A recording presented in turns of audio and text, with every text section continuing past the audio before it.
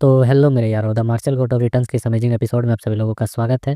तो जैसा कि हम सभी लोगों ने लास्ट एपिसोड में देखा था कि वहाँ के हेवनली डिमोनिक पवेलियन में काफ़ी ज़्यादा तबाही मची होती है और उस तबाही के बीच में ये सभी लोग खड़े होते हैं और उन सभी सीन्स को देख रहे होते हैं। और हम देखते हैं यहाँ पर जो दुहाक होता है वह चिल्लाते हुए हुओ से कह रहा होता है कि तुमने इतनी तोड़फोड़ मचाई है उसका क्या।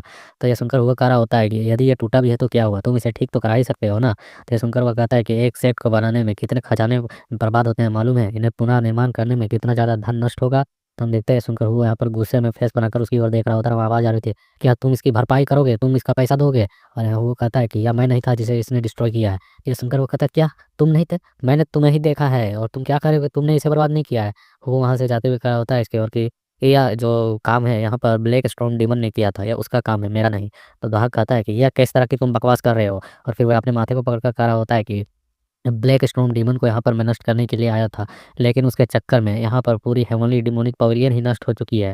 और फिर वह सामने की ओर देखते हुए कहता है कि तुम तो काफ़ी अमीर हो, इसलिए मरम्मत के पैसे तो दोगे ना। तभी हम देखते हुए उसके सामने से गायब हो चुका होता है। तो वह कहता है आखिरकार ये कहाँ गया।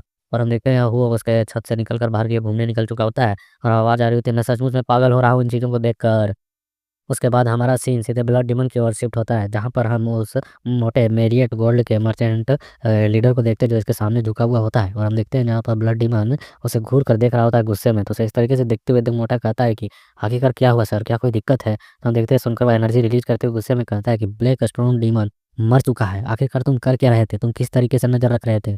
तो आवाज़ आती है इस तरह की, क्या आपका कहने का मतलब क्या है। तो हम देखते हैं वह और भी भड़कते हुए कहता है कि वह मर चुका है, मैंने कहा कि वह मर चुका है। और हम देखते हैं उसे इस तरह गुस्से में देखकर मोटा डरते हुए काँपते हुए कहता है इसकी ओर देखते हुए, कैसा नहीं हो सकता, डेन वो तो अपने ही घर में है, हमने तो उस पर नज़र रखा हुआ है, वहाँ पर अभी भी वो बंदे नज़र आते हैं। तो हम देखते हैं सुनकर वह गुस्से में कहता है कि क्या क्या कर रहे हो तुम्हें, क्या तुम्हारा कहने का मतलब है कि मैं गलत कर रहा हूँ कि वह मरा नहीं है। और हम देखते हैं यहाँ पर आवाज़ आती है, नहीं नहीं ऐसा नहीं है, मुझे माफ़ कर दे। और हम देखते हैं वह फिर वहाँ पर बैठता है और अपने माथे को पकड़ लेकर कहता है कि मैं यहाँ पर काफ़ी ज़्यादा श्योर था कि सबसे पहला वार हमारे द्वारा किया जाएगा। और वह काफ़ी ज़्यादा डरेगा और घबराएगा, लेकिन अचानक उसने अपने तलवार को सीधे तान दिया ब्लैक स्टोन डीमन की ओर और उसे यहाँ पर हमला कर उसे खत्म कर दिया। इसे फील हो चुका होता है कि वह मारा जा चुका है वहाँ पर।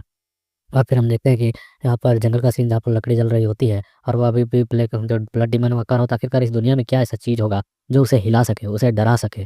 और हम यहाँ जिया को देख रहे होते हैं जो जंगल में एक मीट के पीस को ली होती है और खाते हुए कह रही थी, सचमुच में यह काफ़ी ज़्यादा स्वादिष्ट है, टेस्टी है। तो वो कहता है क्या सचमुच में तुम्हें यह पसंद आया, यू लाइक इट।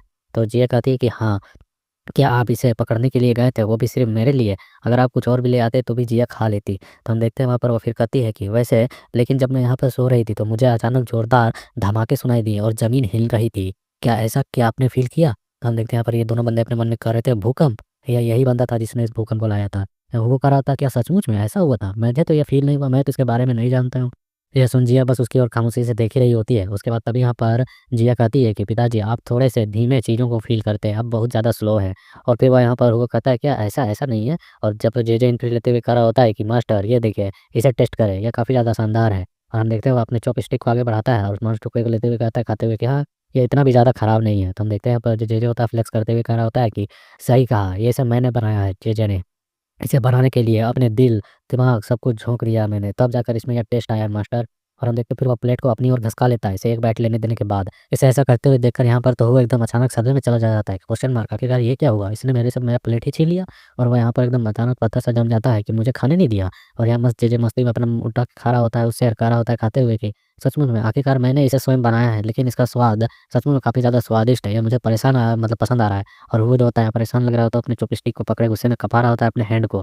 और ये मतलब अपने मस्ती में खा रहा होता है। तभी हम देखते हैं जी अपनी बाइट को मतलब अपनी पीस को चॉपस्टिक में लेते हुए अपने फादर की ओर करते हुए कह रही होती है कि डैड ईट, इसे खाकर देखिए, ये काफ़ी ज़्यादा अच्छा है। और हम देखते हैं जिया जो होती है वो खाने के लिए दे रही होती है, तो वो बहुत ही ज़्यादा मतलब खुश होकर खुशीमन के साथ देख रहा होता है कि हाँ, चलो खाते हैं इसे। और वो बड़ी मन से उसे लेने के लिए जा रहा होता है अपनी चॉपस्टिक से, बट हम देखते हैं वहाँ पर अचानक से वो पीस गायब हो जाती है। और यह पीस जो होता है फिर जे ने ले ली होती है और जे उसे खाते हुए कह रहा होता है, सचमुच में जिया, जब भी तुम कोई चीज़ देती हो ना खाने के लिए तो उसका स्वाद दोगुना हो जाता है, या और भी ज़्यादा बेहतर लग रहा है। और ये बंदा उसे खा ही रहा होता है कि तभी इसके छाती में अचानक से तेज़ी से आकर एक लात पड़ती है और गुप गुप करके खाँसने लगता है। और हम देखते हैं इसे खाँसते हुए देखकर जिया परेशान हो जाती है और वो कहता है क्या यह स्वादिष्ट था? और जिया कह रही होती है हजूसी जे आखिरकार तुम्हारे साथ ये अचानक हुआ क्या? तुम्हें क्या कुछ ठीक नहीं लग रहा है? और हम दूसरी ओर देखते हैं जहाँ पर दोहा कर रहा होता है, कोई भी दिन शांत नहीं जाता है इनके रहते हुए। और वह फिर यहाँ टॉस करते हुए वो के साथ कह रहा होता है कि वह ब्लैक स्टोन डीमन सचमुच में मर चुका है ना, दोबारा पैदा नहीं ना होगा और सचमुच में मारा गया है ना? तो यहाँ पर वो कहता है कि हाँ, वह मर चुका है, इसमें कोई संदेह नहीं है। फिर यहाँ पर दूसरी ओर जो स्वॉर्ड एम्परर होते हुए कह रहे होते हैं कि वैसे जो तुमने वहाँ पर मार्शल आर्ट इस्तेमाल की, उसे मैंने कभी भी इतनी ताकत के साथ किसी को रिलीज़ करते हुए नहीं देखी और टेक्निक काफ़ी ज़्यादा शानदार थी। तो यहाँ पर हुगो कहता है कि क्या मार्शल आर्ट? और हम देखते हुए बता रहा होता है वही जिसके साथ जो यहाँ पर हेवनली डेमोनिक पवेलियन है उसे 2 टुकड़ों में काट दिया गया था। और यहाँ पर ऐसी बातें सुनकर सीधे दोहा को चोट लग रही होती है और वह कहता है यहाँ पर कि वह तो कोई मार्शल आर्ट नहीं थी, मैंने तो बस अपने स्वॉर्ड को घुमाया था, कुछ ख़ास तो किया नहीं था। तो यह सुन यहाँ पर दोहा कहता है कि क्या? ये क्या तुम बकवास कर रहे हो? तुमने सिर्फ़ स्वॉर्ड घुमाया और मेरा जो सेट था वह 2 टुकड़ों में बँट गया। तुम क्या मज़ाक कर रहे हो? ये कर तुम किस तरीके की बकवास कर रहे हो? यही बात स्वॉर्ड एम्परर भी कहता है, हाँ, ये बहुत ज़्यादा बेतुका लगता है। वो कहता है कि सूरज उग रहा है, अब हमें अपना काम समेट लेना चाहिए, उसका समय आ चुका है, सामान समेट लो। और फिर हम देखते हैं सुबह हो चुकी होती है इनके सेक्ट में और ये लोग यहाँ पर घोड़े गाड़ी में तैयार होते हैं और यहाँ दोहाग जो तलब कर रहा होता है, सब समझ चुके होंगे मेरी बात, यह घटना कभी भी बाहर नहीं आनी चाहिए। और ये उन्हें गुस्से में धमकाते हुए कह रहा होता है, अगर लापरवाही बरती तो तुम लोगों को मालूम है कि तुम्हारा हर्ष क्या होगा। और हम देखते हुए उसके फिस्ट को देख रहे होते हैं, उसके बंदे और कहते हैं, हाँ सर, हम समझ चुके हैं। और हम देखते हैं फिर वो दूसरी ओर देखता है और कहता है कि मैं यहीं सेक्ट में रुकने वाला हूँ चीज़ों को व्यवस्थित करने के लिए, मैं बाद में वापस आऊँगा। वो कहता है ठीक है। और हम देखते हैं लोग यहाँ घोड़ेगाड़ी से बाहर निकल चुके होते हैं गेट के मतलब इसके सेक्ट से बाहर और यहाँ जेजे आ चुका होता है, कहता है भैया अब ठीक लग रहा है, चलो इन सामानों के साथ तो हम निकले, सारा सामान समेट लिया है। तभी हम देखते हैं हुगो को जो यहाँ पर घोड़ेगाड़ी से उतर कर उसे नीचे उतार चुका होता है और कहता है कि स्टे हियर, तुम यहीं पर रुकोगे। और हम देखते हैं तभी बाहर से यहाँ स्वॉर्ड एम्परर खिड़की से देखते हुए कहता है कि मैं तुम्हारे साथ नहीं जा रहा हूँ, ठीक है ना? यहाँ पर जिया खड़ी होती है, क्या आप हमारे साथ नहीं आ रहे हैं? तो हम देखते हैं वो उनके ऊपर पलटकर स्माइल करते हुए कहता है कि चिंता मत करो, मैं तुम्हारे पीछे जल्दी आ जाऊँगा, तुम्हारे पास जल्दी पहुँच जाऊँगा। तो जिया कहती है आप जल्दी आएँगे, है ना? और फिर हम देखते हैं यहाँ पर गेट भी बंद हो चुकी होती है, ये लोग बाहर में होते हैं, घोड़ा गाड़ी वहाँ से जा रहा होता है, तो वो कह रहा होता है बिल्कुल। और यहाँ जेजे कह रहा होता है रुको, मैं यहाँ पर आखिरकार क्यों हूँ? मुझे यहाँ नहीं रुकना चाहिए। तो वो कहता है कि किसी को तो काम के लिए पीछे रहना पड़ेगा, है ना? तो हम देखते हैं यहाँ पर जो जेजे होता है वो पूछता है, वैसे आप इस बार कहाँ जाने की योजना बना रहे हैं? कहाँ ले जाना चाहते हैं मुझे? वो कहता है कि मिडल रीजन में 5 माउंटेनों में से एक जो स्पिरिचुअल एनर्जी से भरपूर है, होली माउंटेन। तो हम देखते हैं सुनकर वो जेजे की आवाज़ आती है, अच्छा होली माउंटेन, आखिरकार वो है कहाँ?